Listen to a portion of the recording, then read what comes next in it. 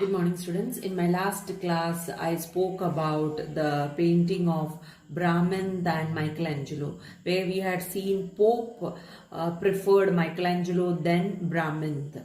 Even the Medici, the people who belonged from the noble family of Florence, they too preferred Michelangelo's painting because it was genuine. Whereas Brahman's painting were based on his imagination and they were looking like coming from the same family. Michelangelo's paintings were much more effective compared to Brahman's painting. So everybody preferred Michelangelo's painting. So this we had seen in the previous class, wherein even Pope Julius preferred Michelangelo than Brahmin. So these are the things what we had seen in the previous class. Now let us move to the next page number 34. 4 years ago, Michelangelo had started painting the ceiling of the Sistine Chapel. He would lie for hours beneath the ceiling of the Sistine Chapel, staring at it and muttering to himself. Okay, 4 years back. So 4 years back, Michelangelo was assigned this work of painting the Sistine Chapel. So here he started the work and he started with the ceiling of the Sistine Chapel. So he was painting the ceiling of the Sistine Chapel. So there, when he was painting the ceiling of Sistine Chapel, he would lie for hours beneath the ceiling. So under the ceiling, he used to lie for hours of the Sistine Chapel, staring at it and muttering to himself. So instead of doing the work, he was looking at the ceiling, lying down, and he was speaking to himself. He was speaking within himself, right? So he was muttering to himself. Now let us move to the next line. In those lime-coated brick and mud walls, Angelo was searching for faces. The faces of Jesus, the Virgin Mary, and Judas. He swore he could see their flesh and blood forms, but their faces, he mumbled, their faces are buried deep in the verses of the Bible. They elude me, he groaned, they continue to elude.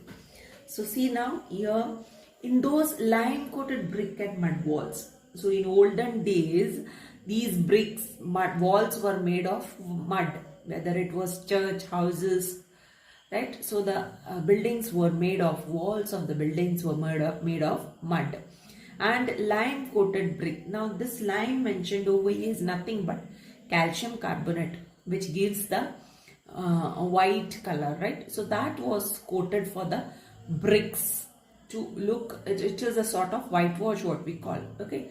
So in those days, lime coated brick and mud walls, in those lime coated brick and mud walls, Angelo was searching for faces. So in these walls, in these bricks, Angelo was searching for faces. Now what was he doing in these walls, in this brick? He was painting. Without doing his work, he was searching in the walls, in the brick, for faces. Now which faces was he searching? Michelangelo was searching the faces of Jesus Christ. So these were the things that he was painting. These were the things that he wanted to paint on these walls. But then before starting his work, he was looking at the wall and he was searching these faces. So that is what you can see over here. So he was searching the faces of Jesus Christ. He was searching the face of Virgin Mary, mother of Jesus Christ, okay, Mother Mary's face. Then he was searching the face of Judas. So these three characters he was searching on the walls of the Sistine Chapel. He swore he could see their flesh and blood forms. Now what do you understand by swore? Swore means the past form of swear. Swear means to take an oath. So he took an oath to himself. He took an oath that he said that he could see their flesh and blood forms. So he was searching this. Got it? So he was searching the flesh and blood forms. That means the real forms of Jesus Christ, Mother Mary and Judas. This he was searching in the walls of the Sistine Chapel. Maybe he had a tendency of seeing these figures in the wall. So that is what he was searching in these walls. But their faces, he mumbled, their faces are buried deep in the verses of the Bible. So he's saying, he mumbled, he's speaking to himself softly. He said that their faces are buried deep in the verses. So where they are buried, they are in the verses, they are in the lines of the Bible. So their faces. So you can understand one thing. When he reads the Bible, he can see these characters lively in the Bible. So this is the effect of the Holy Book of Bible. That is what, even in some storybooks are like that, isn't it? When you read, you can see those characters live in front of you. Similarly, that is what you all might have experienced. All might have not read Bible. So those who have read Bible might have experienced this, might have felt it like this. Those who have not read the Bible, they might have not experienced. That's why I'm giving examples of the books I'm telling you. When you read some interesting story book, you can find the characters in those from the book. In the book itself, you can find those characters mentioned in the story. So similarly, over here, when you read the Bible, that is what it means over here. Those faces he could very clearly see in the Bible. These faces of Mother Mary, the faces of Jesus, the face of Jesus Christ, the face of Judas, he could see very clearly in the Bible. That is why he is saying over here, those faces lie in the verses of the Bible. And now where is he searching those faces? He is searching those faces in the on the wall, okay, walls of the Sistine Chapel. They elude me, he groaned. They continue to elude. So he says, they remain hidden. Okay, they elude me. They remain hidden over here. That is what he says. They remain hidden from me, he says. Okay, they remain hidden from me. He groaned. They continue to elude. So he groaned. Groaned means he said this in pain. In pain he said. Painfully he spoke. They continue to elude. They continue to hide, to remain hidden from me. So this is what he said over here. From where? From the walls. He's searching these faces. Now he could see those faces in the verses while reading the Bible. So same faces he was trying to see on the walls and the ceiling of the Sistine Chapel. And now he is feeling that they keep themselves hidden. Who? Mother Mary, Jesus Christ and Judas keep themselves hidden from Michelangelo. That is what he was feeling. So he was looking at the walls and trying to search them out. Understood? The Pope had begun to doubt Michelangelo's sanity. Once he had stood very close and overheard Michelangelo repeating passages from the Bible. So the Pope had begun to doubt Michelangelo's sanity. Now what do you understand by sanity? Sanity means the condition of being normal, being in a healthy condition, in a normal condition. So here Pope started doubting Michelangelo's sanity. Pope was doubting for what? Pope felt that Michelangelo is turning his normality to abnormality. This was what Pope was feeling. The way he was behaving, it looked abnormal for anyone. So he felt that he was becoming abnormal by now. So once he had stood very close and overheard Michelangelo repeating passages from the Bible. So once it so happened, Pope stood very close to Michelangelo and he happened to hear Michelangelo repeating the words from the Bible, passages from the Bible. What exactly are you doing, Angelo? The Pope had asked curiously. So when the Pope heard, that is why the Pope doubted him, that he is becoming insane by now. So the Pope asked him what he was doing.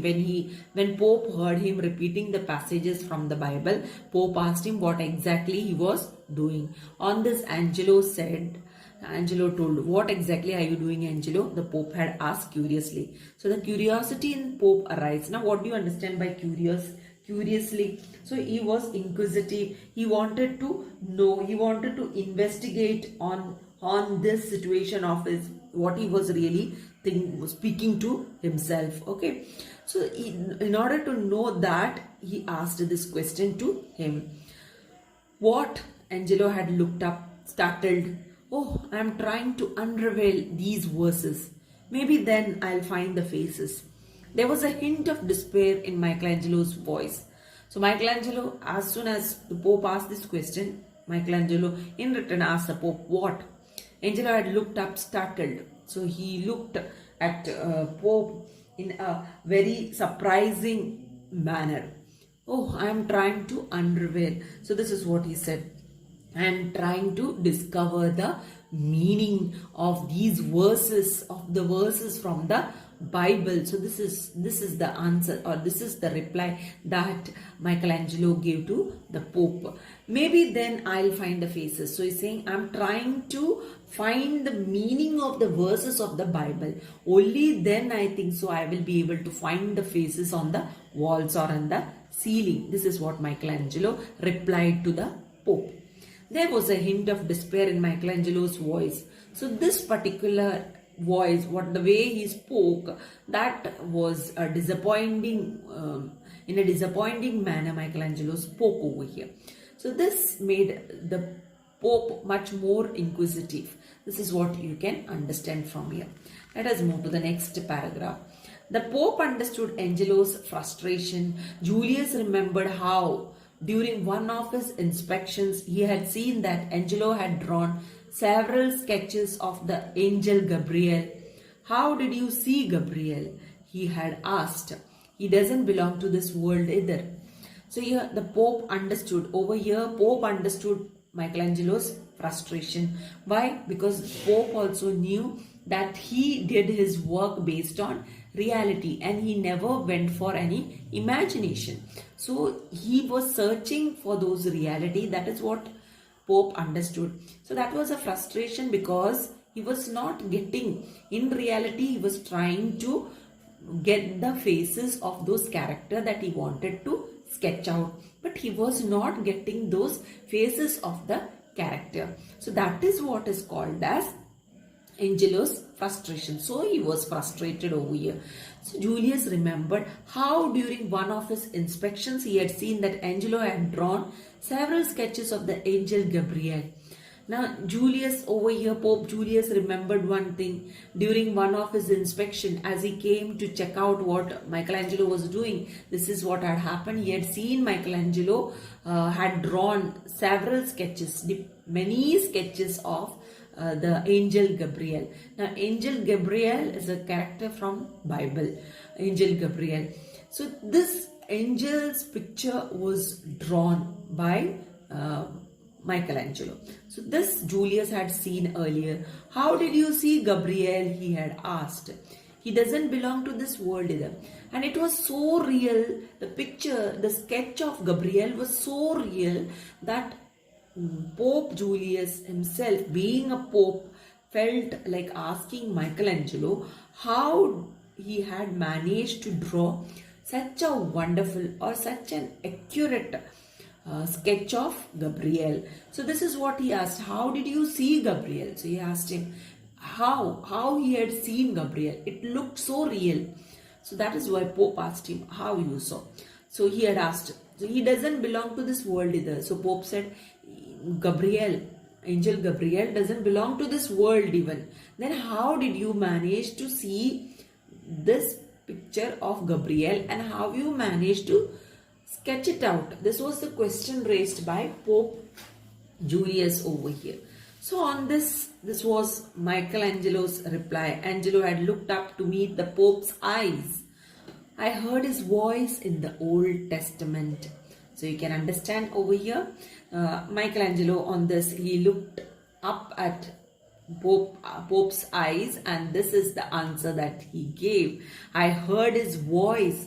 So hearing someone's voice in the Holy Bible, if we can picturize that particular character so effectively, then what will be he of those characters whom he is really reading about from the verses of the Bible, how he will be having plans of sketching them out, that you can understand. So how accurate his paintings are, how accurate his work is, how effective his work is, this is what you can understand from all these lines. So let us wind it up today up to here, and then we will continue.